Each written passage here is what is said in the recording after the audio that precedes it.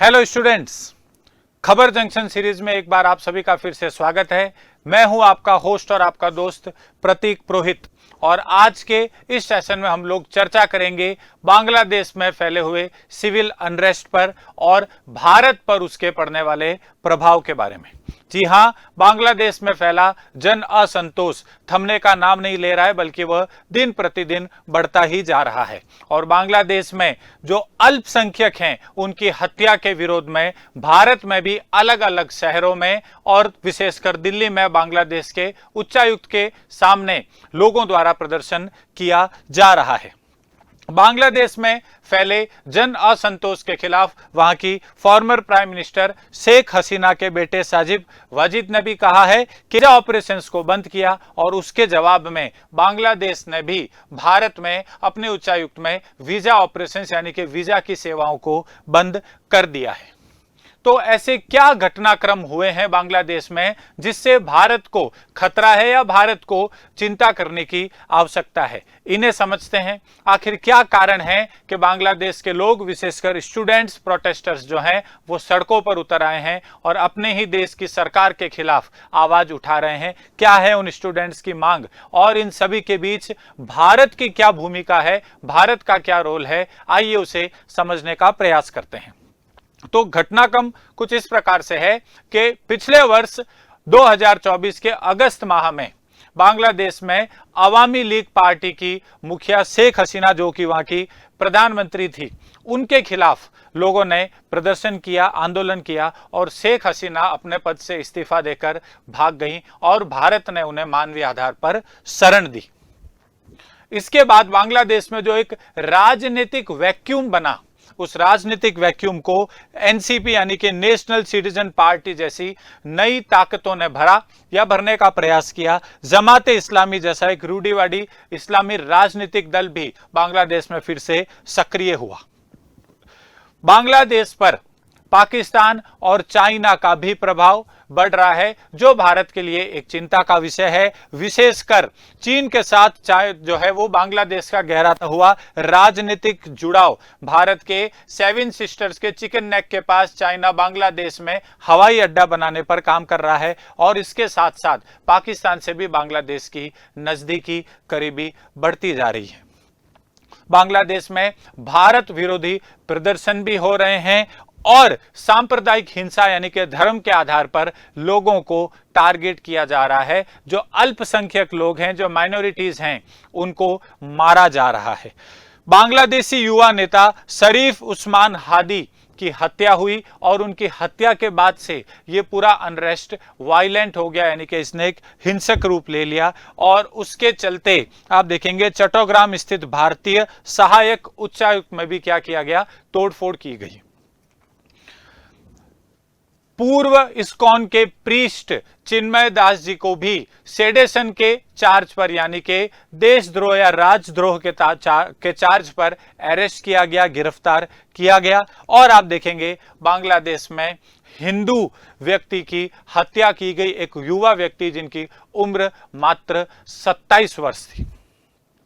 इसके खिलाफ भारत में भी जगह जगह पर विरोध प्रदर्शन किए जा रहे हैं कि बांग्लादेश में सांप्रदायिक हिंसा हो रही है, विशेषकर हिंदुओं को टारगेट किया जा रहा है, निशाना बनाया जा रहा है और भारत के लोग सरकार से अपील कर रहे हैं कि बांग्लादेश के इस रवैये को रोका जाए, उनके खिलाफ कोई ना कोई एक्शन लिया जाए।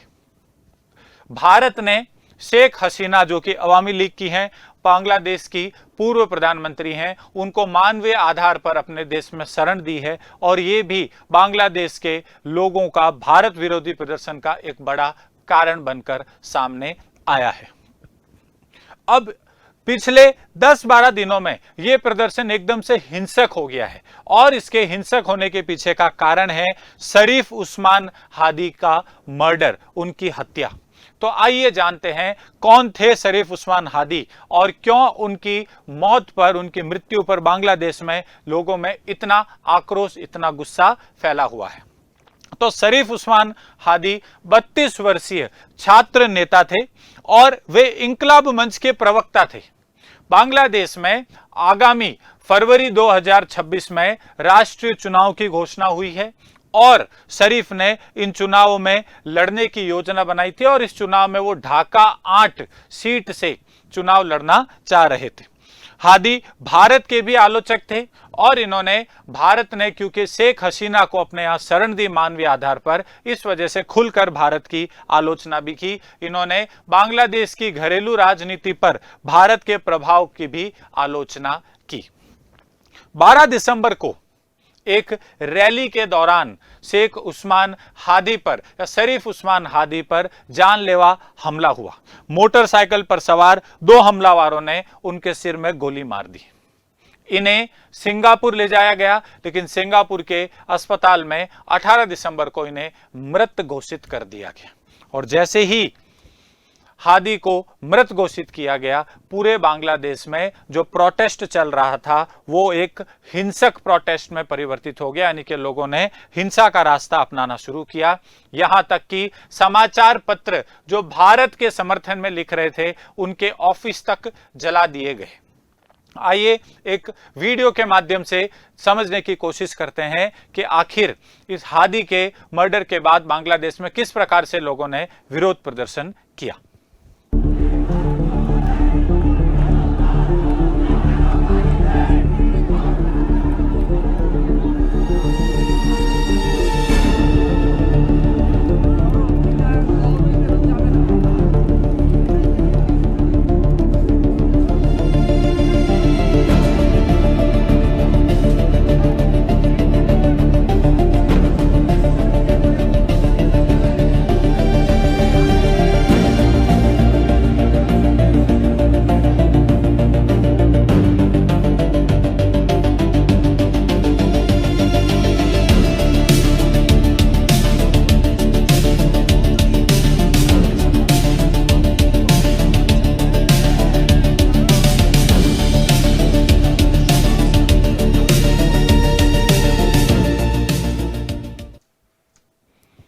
तो आपने देखा किस प्रकार से उस्मान हादी के मर्डर के बाद बांग्लादेश के लोग सड़कों पर उतरे और उनका प्रदर्शन एक हिंसक प्रदर्शन के में परिवर्तित हो गया। आप जैसा मेरे पीछे देख सकते हैं, कई समाचार पत्रों के ऑफिस भी तोड़े गए, उनमें आग भी लगाने का प्रयास हिंसक भीड़ द्वारा किया गया। ये पूरा का पूरा जो बांग्लादेश का छात्र प्रदर्शन है, जो स्टूडेंट प्रोटेस्ट है, इसको 2024 के अगस्त माह से सीधा जोड़कर देखा जा सकता है। आइए समझने का प्रयास करते हैं कि आखिर 2024 यानी कि पिछले वर्ष अगस्त महीने में बांग्लादेश के स्टूडेंट्स ने प्रदर्शन आखिर किया क्यों। तो इसकी पूरी शुरुआत होती है जुलाई 2024 में, जब बांग्लादेश के छात्र पारंपरिक रोजगार कोटा प्रणाली के खिलाफ सड़क पर उतर आए। वास्तव में 1971 में जो बांग्लादेश का लिबरेशन वॉर हुआ था, जिससे बांग्लादेश देश बना, तो उस युद्ध में जो स्वतंत्रता सेनानी हैं, उन स्वतंत्रता सेनानियों के परिवारों को, उनके वंशजों को सरकारी नौकरियों में कोटा दिया गया। लगभग 30% रिजर्वेशन दिया गया सरकारी नौकरियों में, और इसके खिलाफ इस प्रदर्शन की शुरुआत हुई। इस प्रदर्शन को रोकने के लिए तत्कालीन बांग्लादेश की प्रधानमंत्री शेख हसीना ने बल का प्रयोग किया और उसमें 1000 से अधिक लोगों की जान गई और लगभग 20,000 लोगों जो है वो घायल हो गए। शेख हसीना के इस एक्शन के खिलाफ प्रदर्शन बहुत बढ़ा और अंततः 5 अगस्त को शेख हसीना बांग्लादेश छोड़कर भाग गई और भारत ने उन्हें मानवीय आधार पर अपने यहां शरण दी। भारत ने क्योंकि शेख हसीना को शरण दी, इसलिए बांग्लादेश की जो जनता है उनमें कहीं ना कहीं भारत विरोधी सेंटिमेंट विकसित हुआ।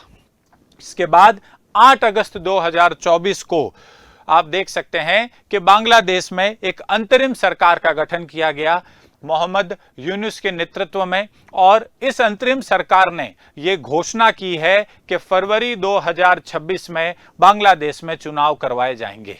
लेकिन होने वाले इन चुनावों में बांग्लादेश की सबसे बड़ी पॉलिटिकल पार्टी अवामी लीग को बैन कर दिया गया है, यानी कि अवामी लीग के कार्यकर्ता नेता इन चुनावों में भाग नहीं ले सकते।